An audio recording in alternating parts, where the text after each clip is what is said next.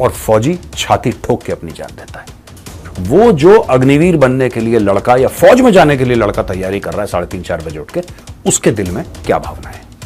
आपको पता है अमेरिका में हर साल तकरीबन 6000 वेटरन्स यानी कि 6000 पूर्व सैनिक आत्महत्या करते हैं। सन 2004 में सबकी पेंशन बंद हो गई और बोला कि पेंशन जो मिलेगी सिर्फ आर्मी, नेवी और एयरफोर्स को मिलेगी, जिसको कैपिटल एक्विजिशन कहते हैं। नए नए हथियार खरीदे जाएं फौज के लिए, और यही प्रॉब्लम कारगिल में हुई थी। নমস্কার, আপনাদের সবাইকে স্বাগত। ভারত সরকার 3 সেনাতে যুক্ত হওয়ার জন্য অগ্নিপথ স্কিম নিয়ে এসেছে। এর মাধ্যমে 3 সেনাতে যুক্ত হচ্ছে অগ্নিবীর। তবে এই নিয়ে প্রথম থেকে আলোচনা সমালোচনা চলছে। এই বিষয়ে ভারতীয় মেজর গৌরব আরিয়া কি বলেছেন শুনুন। जैसा आप बैकग्राउंड में देख रहे हैं दोस्तों, आज मैं बात करूंगा अग्निपथ की। ये क्या है अग्निपथ? अग्निपथ को क्यों लाया गया, इसमें क्या परेशानियां हैं, ये सारी चीजों के बारे में हम आज बात करेंगे। अच्छा, इसमें 3 पहलू समझने के हमें जरूरी है कि हम 3 पहलू समझें, तब जाके हमें पूरी स्कीम ये समझ में आएगी। इसका अच्छा, इसका बुरा, किस तरीके से ये समस्याओं का समाधान हम निकाल सकते हैं। तो इसमें 3 स्टेक होल्डर्स हैं और तीनों को क्या चाहिए। एक है भारत सरकार, एक है भारतीय सेना, और एक हैं वो लड़के जो गांव में 3:30-4 बजे उठ के सुबह सुबह नंगे पैर दौड़ लगाते हैं। वो भी जुनूनी किस्म के लोग हैं, वो भी चाहते हैं कि फौज में आए, देश की सेवा करें। समस्या तब उत्पन्न होती है जब तीनों को अलग अलग चीजें चाहिए होती हैं। किसी को भी कोई ऐसी खराब चीज नहीं चाहिए जिससे देश को नुकसान है। सब अपनी जगह सही है, लेकिन जो सबको चाहिए वो अलग अलग है। इसलिए डेजोनेंस हो गया, इसलिए थोड़ी सी खटपट हो गई। ये डेजोनेंस क्या है? अब मैं आपको एक बात बताता हूं कि सरकार कैसे सोचती है। आप पहले सरकार का सोचिए कि सरकार कैसे सोचती है, फिर आप सोचिए फौज कैसे सोचती है, फिर आप सोचिए वो जो अग्निवीर बनने के लिए लड़का या फौज में जाने के लिए लड़का तैयारी कर रहा है 3:30-4 बजे उठ के, उसके दिल में क्या भावना है। पहले सरकार, जो पेंशन बिल है, पेंशन बिल वो इतना ज्यादा बढ़ गया है दोस्तों, इतना ज्यादा बढ़ गया है कि कई लोग ऐसा मानते हैं, और इस पे रिपोर्ट्स भी हैं, कि हर एक सर्विंग सोल्जर के लिए, हर एक सर्विंग सोल्जर के लिए 2 एक्स सर्विसमैन हैं जिनको पेंशन जा रही है। अब जो फौज में नौकरी करेगा उसको पेंशन मिलेगी, ये बात तय है, और मिलनी भी चाहिए। मैं ऐसा क्यों कह रहा हूं मिलनी चाहिए?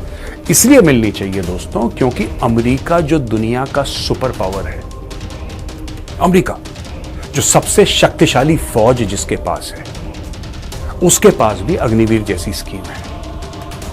तो आप बोलेंगे साहब अमेरिका के पास है तो हमारे पास भी होनी चाहिए। नहीं, फर्क है। आपको पता है अमेरिका में हर साल तकरीबन 6000 वेटरन्स यानी कि 6000 पूर्व सैनिक आत्महत्या करते हैं, और हर साल करते हैं। अब आप एक दिन का औसत लगा लीजिए कि एक दिन अमेरिका में कितने लोग आत्महत्या करते होंगे पूर्व सैनिक। वो ड्रग एडिक्ट्स बन जाते हैं, वो होमलेस बन जाते हैं। बुरा हाल है अमेरिका में, और देशों में भी कोई हाल ज्यादा अच्छा नहीं है। तो जो देश के लिए हथियार उठाता है, जो देश के लिए वर्दी पहनता है, क्या उसको सरकार को सपोर्ट करना चाहिए? बिल्कुल करना चाहिए, और इसमें कोई दो राय नहीं है। लेकिन इसको स्मार्टली करना है कि काम भी हो जाए और सबका काम हो जाए, सिर्फ सरकार का नहीं। सरकार का भी काम हो जाए, जो फौजी है उसका भी काम हो जाए, और फौज का भी काम हो जाए। दोस्तों, अगर सिर्फ 2021 के हम आंकड़े लें तो 26,80,000 लोग भारत में पेंशन पाते हैं एक्स सर्विस में। 26,80,000। और टोटल अगर हम फौज ले लें, टोटल फौज, आर्मी, नेवी और एयरफोर्स, ये करीब 14-14.5 लाख के बराबर है, मोटा मोटी तीनों को अगर हम काउंट कर लें, आर्मी, नेवी, एयरफोर्स। तो ये तो बात क्लियर हो गई कि ये बहुत बड़ा हिस्सा है, बहुत बड़ा हिस्सा। ये सरकार को ये चीज परेशान कर रही है। आज से नहीं, बात इस सरकार की नहीं है, इससे पहले वाली भी सरकारों को ये चीज परेशान कर रही थी। आपको ये पता होना चाहिए कि एक जमाने में सारे सरकारी लोग, जो भी था, रेलवेज का था, पुलिस का था, आईएएस का था, पोस्टल सर्विस का था, इनकम टैक्स का था, सबको पेंशन मिलती थी 2004 में। सन 2004 में सबकी पेंशन बंद हो गई और बोला कि पेंशन जो मिलेगी सिर्फ आर्मी, नेवी और एयरफोर्स को मिलेगी। तो जो नेता आज की तारीख में नेतागिरी कर रहे हैं, और बोल रहे हैं नहीं पेंशन मिलनी चाहिए, पेंशन मिलनी चाहिए। कोई उनसे पूछे कि 2004 में तुमने बाकी सब, इंसान तो सभी हैं, इंसान तो सभी हैं। हाँ ठीक है, फौजी अपनी जान देता है, इसमें कोई शक नहीं है कि फौजी अपनी जान देता है और फौजी छाती ठोक के अपनी जान देता है। लेकिन मैं ऐसा मानता हूं, एज अ फौजी मैं मानता हूं कि रेलवेज वाला जो है वो कम सर्विस नहीं कर रहा, वो भी देशभक्त है। जो सीआरपीएफ का है वो भी देशभक्त है, जो बीएसएफ का है वो भी देशभक्त है, जो आईटीबीपी का है वो भी देशभक्त है, जो वर्दी पहने ना पहने, जो ईमानदारी से नौकरी कर रहा है वो देशभक्त है। तो पिछली सरकारों ने 2004 में सबकी पेंशनें बंद कर दी, जो 2004 के बाद आया नौकरी में। ये मैं आपको बैकग्राउंड बता रहा हूं। अब सरकार ये चाहती थी कि साहब हमारे पास पैसा बच जाए, किस चीज के लिए?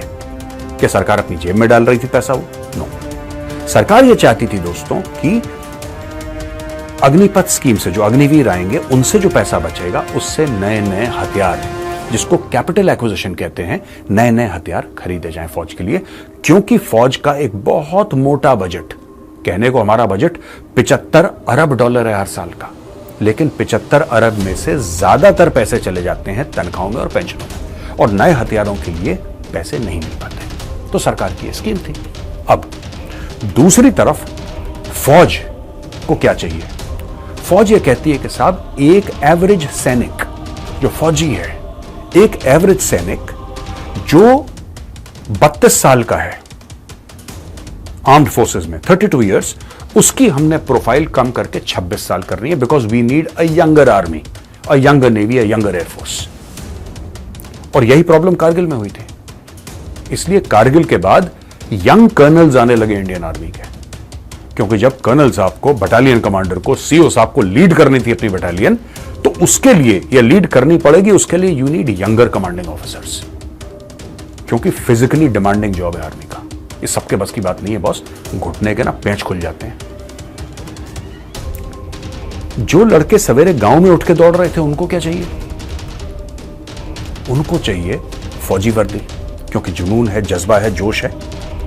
और इसके अलावा अगर आप गांव के परिप्रेक्ष्य, गांव के कॉन्टेक्स्ट से इसको समझेंगे तो आपको पता लगेगा दोस्तों कि गांव में एक तो फौजियों की बहुत ज्यादा इज्जत है। वो इन्फ्लुएंसर है गांव के अंदर, उसका रैंक कुछ हो, वो एनसीओ हो, जवान हो, जेसीओ हो, अफसर हो, वो अपने आप में अपने गांव में इन्फ्लुएंसर है। फौजी गांव में जाता है, सब लोग टकटकी लगा के देखते हैं, यार फौजी आ गया। पहली चीज। दूसरी चीज, कई और चीजें हैं। आपने बोला कि साहब जब तक वो अग्निवीर में रहेगा तब तक उसकी शादी नहीं हो सकती, और लेकिन अगर आप गांव के कॉन्टेक्स्ट से देखें, एक बार उसने अग्निवीर छोड़ दी, फिर उसके बाद जॉब नहीं, फिर उससे शादी करेगा कौन? बात यह नहीं है कि वो अग्निवीर छोड़ने के बाद वो क्रिमिनल बन जाएगा। मुझे नहीं लगता कि ये सब होने वाला है, वो क्रिमिनल बन जाएगा। मैंने खुद 5.5 साल फौज में नौकरी करी और मुझ जैसे कई सारे ऑफिसर थे जिन्होंने 5.5 साल के बाद छोड़ दी। हम में से कोई क्रिमिनल नहीं बना। तो ये मैं नहीं मानता कि फौजी वर्दी पहनने वाला कल क्रिमिनल बन जाएगा। कोई एक आधा केस निकल सकता है, लेकिन ऐसा नहीं होगा। लेकिन उसको बहुत ज्यादा परेशानी हो जाएगी और उसको जिंदगी में स्ट्रगल करना पड़ेगा। वो तो जवान है, उसका एजुकेशन इतना नहीं है। मैंने एज एन ऑफिसर बहुत ज्यादा स्ट्रगल करा, बहुत ज्यादा स्ट्रगल करा दोस्तों। मैंने, इंसान लगभग टूट जाता है। करना क्या चाहिए इस पे आते हैं। देखिए दोस्तों, तकरीबन 14-14.5 लाख की नफरी है आर्मी, नेवी और एयरफोर्स की, तीनों का अगर हम मिला रहे। सबसे ज्यादा इसमें 12-12.5 लाख तकरीबन इंडियन आर्मी है। मैं ब्रॉड फिगर्स आपको बता रहा हूं, मोटे मोटे फिगर्स। ये इंडियन आर्मी है, फिर नेवी, फिर एयरफोर्स, तो मिला के तकरीबन 14.5 लाख, गिव और टेक 10,000 20,000 हियर एंड देयर। दोस्तों यहां पे हर साल तकरीबन 45,000 अग्निवीर लेने का प्लान है। तो पिछली बार जब अग्निवीर लिए थे तो तकरीबन 45,000 अग्निवीर लिए थे ब्रॉडली स्पीकिंग, और इन अग्निवीरों को 2 बैचेस में लिया था। अब तकरीबन 45,000 फौज के अंदर चले गए।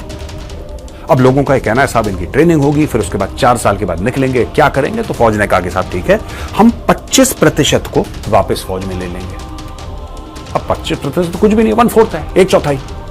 बाकी 75% क्या करेंगे? तो सड़क पे आ जाएंगे। तो इसमें मैं आता हूं वो लोग, जो लड़के नंगे पैर भागते हैं, जिनका फौजी वर्दी पहनने का एक सपना है, एक सोर्स ऑफ एम्प्लॉयमेंट है। एक सोर्स ऑफ प्राइड है, एक सोर्स ऑफ ऑनर है, बहुत सारी चीजें हैं इसमें।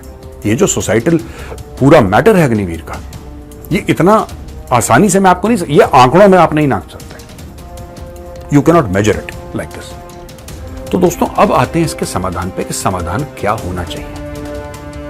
कुछ समाधान सरकार सोच रही है करें, लेकिन मैं जो समझता हूं क्या करना चाहिए, और इसमें सब लोग जीतेंगे। इसमें वो जो लड़का है जो भाग रहा है गांव में 3:30-4 बजे उठ के नंगे पैर,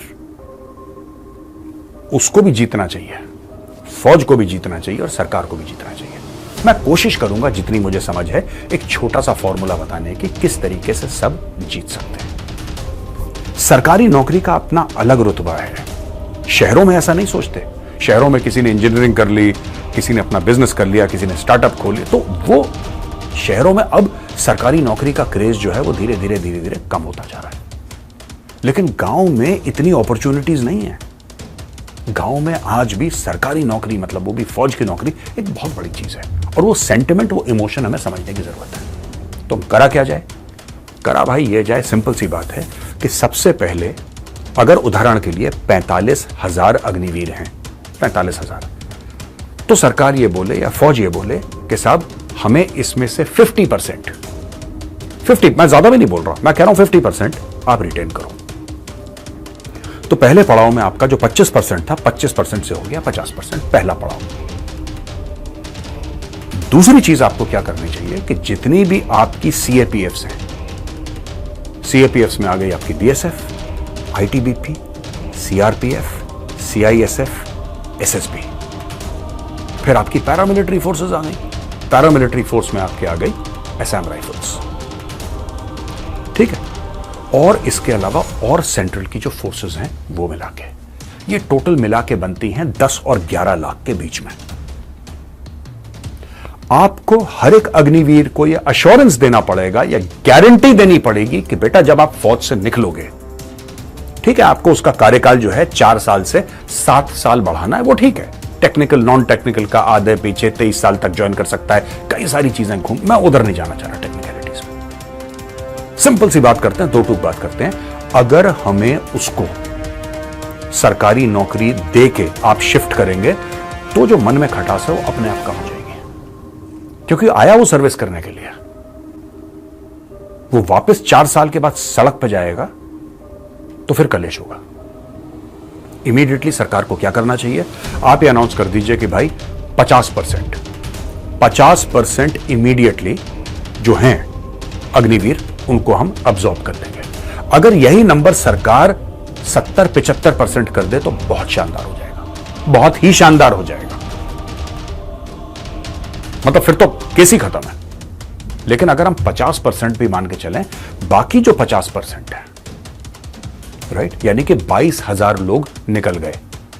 4 साल का कार्यकाल आपने 7 इयर्स का कर दिया, माना कि 7 साल का कर दिया, और ये जो लोग हैं ये निकल गए फौज से करीब 22,000 7 साल के बाद। फॉर एग्जाम्पल मैं 7 साल कह रहा हूं, अभी 4 साल है लेकिन मैं 7 साल कह रहा हूं, क्योंकि मैं रिकमेंड करता हूं कि बढ़ा दो थोड़ा सा, क्योंकि समय लगता है रेजिमेंटल सर्विस में, ये सब यहां पे जाना आना, उसमें टाइम लगता है। 4 years is too short a tenure. पता भी नहीं लगता कहां से मिसाइल गई, कहां से निकल गई, कहां से क्या चला, वो बेचारे को पता ही नहीं लगेगा।